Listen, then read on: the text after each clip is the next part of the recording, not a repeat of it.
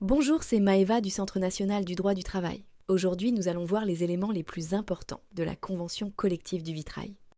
Cette convention s'applique aux métiers suivants dans l'industrie du vitrail, tels que la fabrication, la conception et la pose de vitraux. Malheureusement, les informations spécifiques sur les métiers concernés ne sont pas détaillées dans les résultats disponibles.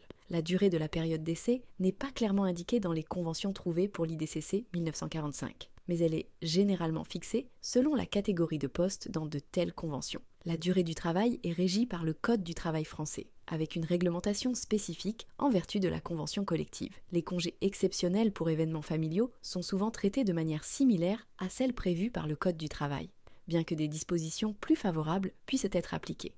Les primes associées à cette convention peuvent inclure des primes de production ou des primes liées à la performance, mais les détails spécifiques sont peu documentés. Les grilles de classification au sein de cette convention collective définissent les niveaux professionnels et les salaires minimaux correspondants. Ces grilles sont essentielles pour structurer les carrières et rémunérations des salariés dans le secteur du vitrail. Malgré l'absence de détails précis dans les résultats disponibles, il est crucial de consulter directement le texte de la convention pour obtenir des informations plus complètes.